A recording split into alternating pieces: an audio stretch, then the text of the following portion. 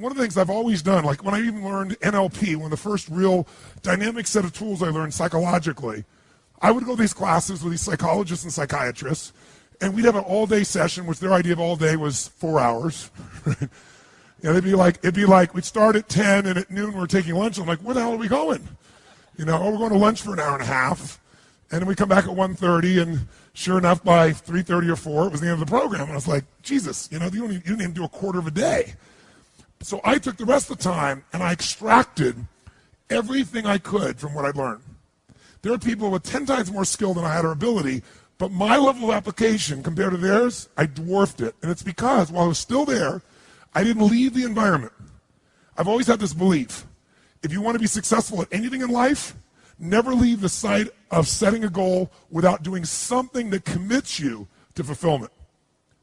If you you're in state, right, when you do something. While you're in state, that's the time to commit yourself to something that makes you follow through. How many know what I'm talking about here? Say I. So I'd call somebody up, I'd schedule something, I'd lock in the next meeting, I'd sign up for the class, I'd enroll the guy who was going to mentor me, I'd set the meeting with a mastermind of people I met. I did something so that whatever I committed to, there was something when I went home that would pull me there. It's structure. In fact, I'll give you 5 C's to RPM just as a quick warm-up for you. How's that? If you don't remember, it'll be okay, but it'll be in your unconscious for when you go work with a coach. These are the 5 C's. Everything that comes in your mind, anything you can think of, because we're going to basically do a little mini RPM version of things right now. Anything comes to my mind, I'm here, and while you're here doing something, you're driving in your car, and you think of an idea for your business or one of your businesses. Where do you put it? iPhone. Where do you put it? Diary. Where do you put it? iPod. iPhone. iPhone. And how do you find it afterwards? How are you triggered to look at it again? So he goes back and reviews his app system. How do you do it? Right. Crisis. Crisis makes me go get it. How do you do it? I send an email to myself. Oh, good, more emails with more to-dos, right? So I don't care what your system is, but when you have RPM, you'll have one place you put it. For right now, you need one place to put it. Now, the problem is most of us have lives that if you put everything in one place, it just becomes even more overwhelming. Who knows what I'm talking about here? So the first step, I'll just tell you that, is C, is capture. You got to capture. And the motion I do is like this. Imagine doing this, like physically capturing it, pulling it out of my head, and putting it in one place. I don't care what your one place, it's got to be one place. Now, ideally, in that one place, you'd have some categories so you don't throw everything on one giant list. Does that make sense? So you might have a category. For me, I have companies. So I have Robbins Research, I have Namali Resort, I have Metabolife, I have all these different companies. So I'll drop it in that area as an example. Or roles for me as a father. I don't have time to demonstrate this for you, but just know the first thing you want to do is keep it out of your head, have it in one place. Why do you want to do that? Keep lots of extra mental RAM available. When you have to keep thinking about stuff, it creates inner stress. If you know it's there, and you know you're going to look at it consistently, like you do it once a week, once a day, and you're going to review it and do something with it. Something with it might be, forget it, I'll do it later, tomorrow, but you're going to do something with it, you'll be able to let go. How many think that's pretty much something you try to do already? Most people try to do this, don't you? But the reason most people don't do it is because making lists, after a while, they stop doing. Tell me why they stop doing it. Who's made lists and then not kept the lists up, your, quote, to-do list? Why don't you keep those to-do lists up? Because every time you go there, they're so damn what? How many have always got more to do, if you do make the list, than you have time? So it inherently says, why am I doing this? RPM is a different mindset. Our mindset is, we're just first capturing it. We know we're not going to do most of this. But we need to be able to later, when it's time, decide which things are worth doing, and more importantly, what are we really after? We're going to use these to trigger us to say, all this relates to maybe something more important. How many follow the philosophical difference here? Say I. My goal is not get things done. This is not GTD. This is use the things you need to get done to stimulate a higher level of thinking of what you really want, why you want it, and become very strategic about how to get that. And many of these things may go away, or they just won't matter. But you do have to capture it, because otherwise it's in your head. So I have a lot of systems of doing it, but if you never saw me again, the most basic thing you need is one place to capture. Does that make sense? And what's step 1 of RPM? It's a C. You got to what? Capture, which means get it out of your head, put it in one place. Second thing, you got to make sense of all this crap. And the way you do that, step 2, is you create a plan. And a plan for me has 3 parts. And the 3 parts are 3 questions that I ask and 3 actions I take. And again, you'll learn this. I'm not trying to teach this all right now. I just want to plant some seeds in your mind. Is this okay? Is this useful? So when you're going home, you got all this captured stuff you just did here, right? Now you got to start to create a plan. You got to look at all this stuff and say, okay, there's more here than I can do.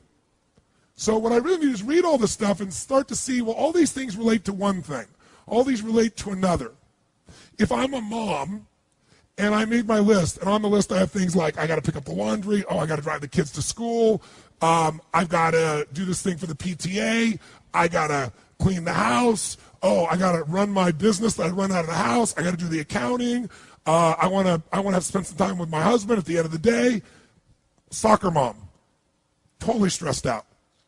But if I write all those things down and get them out of my head, and when I write them all down, I then start to put them together and go, you know, this, and this all relates to my kids. This all relates to the house being great. This, and this all relates to my business. And this is about my personal life being rich and happy. I'm able to do something really nice. I'm able to go from this, which is what your capture list looks like. You'll start writing it down. You go, I got to do this, and that, and this, and this. And you start to feel good. It's out of my head. But then you go, I got to do this, and I got to do this, and I got to do this. I got to do this. I got to do this, and I got to do this, and I got to do this, and I got to do this, and I got to do this, and I got to do this, and I got to do this. I got to do that too, and that too.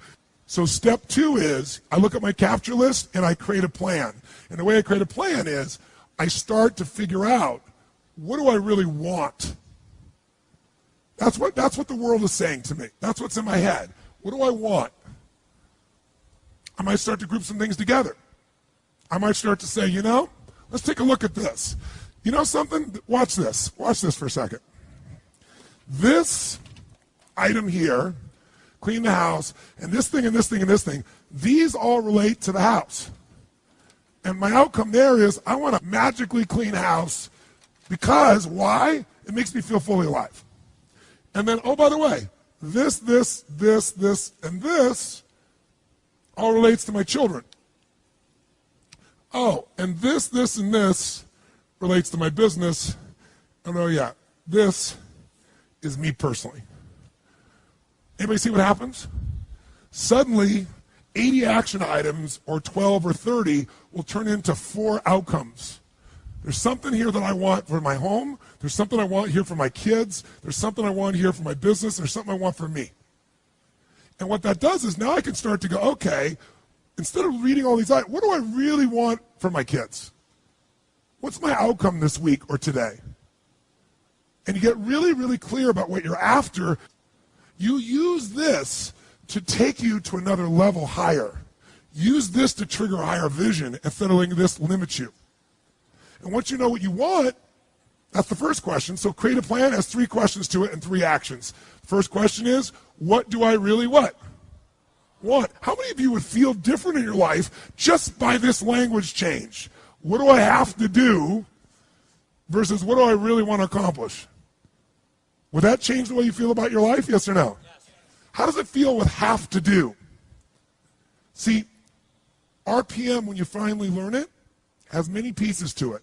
Above all else, it's a thinking process. And better thinking creates better results. It's that simple. So you don't have to ever use a piece of paper to think this way. From now on, all this stuff's happening, you go, what's my outcome? What am I really after? What do I want?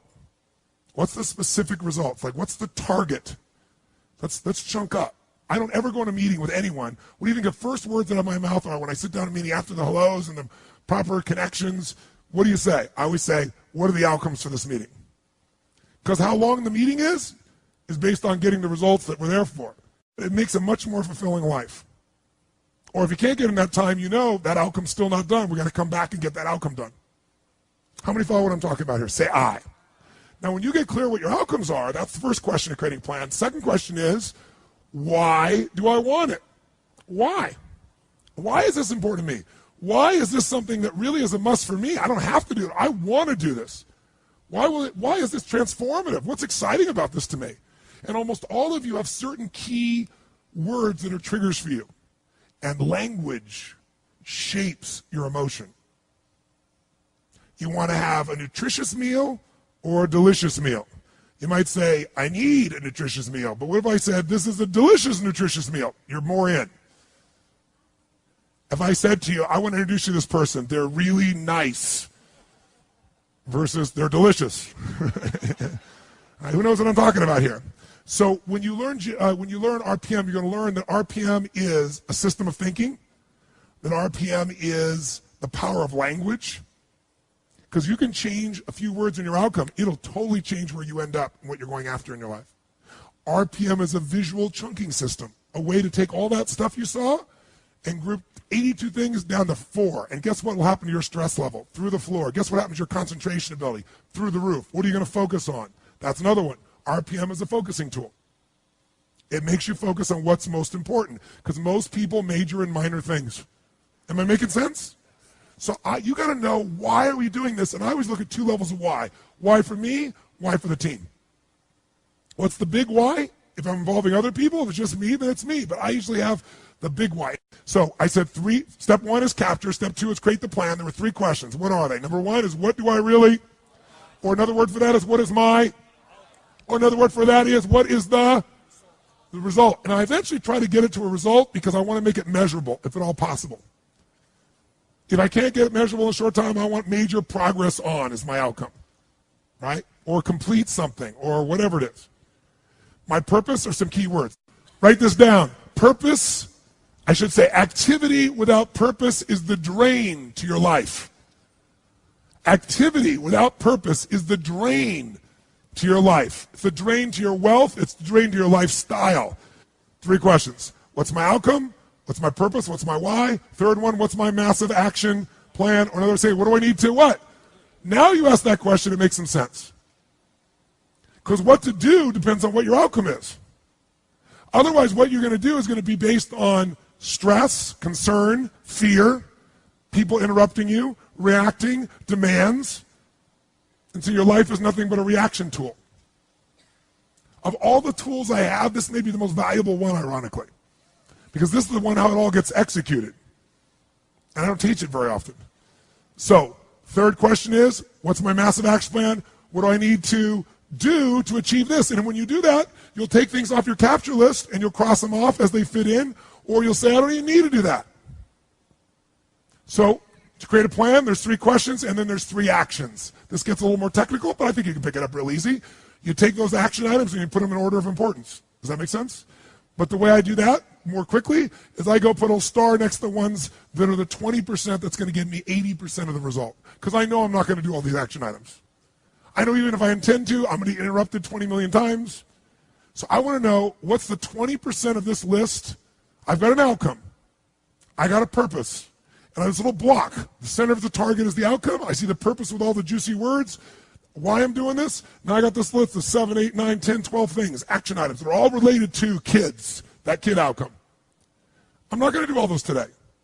Which are the 20% that make the biggest difference? I star those. And guess what else I do? I figure out what's the 20%, what I call it, what are the must items. My musts are the 20% that are going to make 80% of the difference. That way, every day I can still succeed. That's why I still do my lists and most people don't. Because I don't do lists. I come up with outcomes and purposes, and I got lists within them, and they're highly prioritized with what matters. And later on, if I want to come back and do more, great. So, 3 questions, 3 actions. The actions are, star the things that are musts. 2, establish the real time. The real time is I go minimum to maximum. On each of those items, I go, how long is this really going to take? Why is that important? Because most of you overwhelm yourself and say, this will be, I just had a meeting with my team the other day, and I said, how long is this going to take? And somebody said, that'll probably take us 10 weeks. I said, okay, let's sit down and do it. Let's sit down and lay out where that 10 weeks is going to come from. And we're all done. It was about 7 hours worth of work. Because we all overestimate when it's in our what? In our head. You sit down, look at each item, and you look at the 20%, and you mark, okay, 20 to 25 minutes, 30 to 40 minutes. And by the way, at the end of the day, what do I look at? What are my start items? What's the minimum time necessary to get that result? That's what I go do. Same thing with my week. So, 3 questions. I create a visual block where this separates from everything else. Below it, I'll spell space, and I'll create another block. When you learn RPM, you'll see that visually. I don't think I want to throw up for you right now. But basically, in the center of my page, I see the target of what I'm after. I write my result. To the right, I write my juice. purpose. To the left, I put my action list. Put it in order of importance, boom. Asterisk, boom. Minimum must time, I'm ready to rock and roll. Here's the third one, leverage. Leverage is critical. You know how I get so much done? Because I don't just get it done. I know the outcome, I know the purpose, and I look for leverage. Leverage is different than delegation.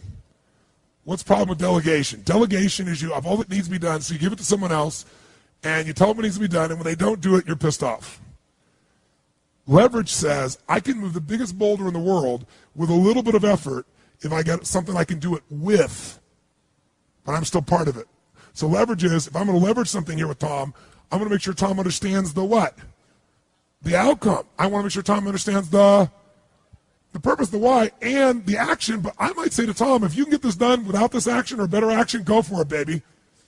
And I want to talk to you on this date, and we got to promise and we're going to check in before it's needed. So there's no surprises. And if you're having problems, Tom, come back to me because we're partners on this. That I call leverage, different than delegation. Who sees the difference here? Say aye. So 3 questions. What creates the plan? 3 questions with a block, 3 actions. Where's my must? What's my minimum must times? Where's my leverage? And you know what I do when I have no time? There is time. I just got to leverage it. Now I'm saying, you say, I have no one to leverage it to. You know, Shane over here, right? I got all the stuff he wants to do, he can't leverage it. But Shane's answer was, hire somebody, then he thinks about what it's going to take and goes, $125,000, I can't do that now. He's getting caught up in one way to get the outcome. Leverage. He goes through his list and goes, what if I got someone to do 20% of this stuff? I could spend 20 grand to get that much freedom. I could pay for it times 10. And if I'm really productive, my productivity should enhance the world, not only my clients and customers, but it should provide jobs for other people. And if there's anything you hate to do, it's because you're either ineffective at it or you don't think it's very important, but it is urgent. So you need to hire somebody for those things. And ideally, somebody who loves that job. You're never going to grow when your time is eaten up for activities that aren't that important. Activity without high levels of purpose is the drain of your fortune. Do it now. If you can't get it all now, do a part of it now. Leverage is power.